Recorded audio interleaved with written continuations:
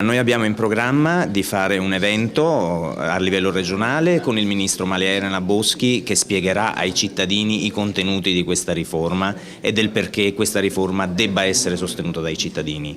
A livello delle province e a livello comunale noi faremo diversi interventi proprio con l'obiettivo di spiegare la riforma, perché siamo convinti che basterà spiegarla questa riforma per far sì che i cittadini aderiscono all'appello e sostengano il sì. Una riforma che è aspettata perché è da tanti anni che se ne parla ed è una riforma che parla alla società, che semplifica il rapporto tra la società, i cittadini e la politica e chi decide.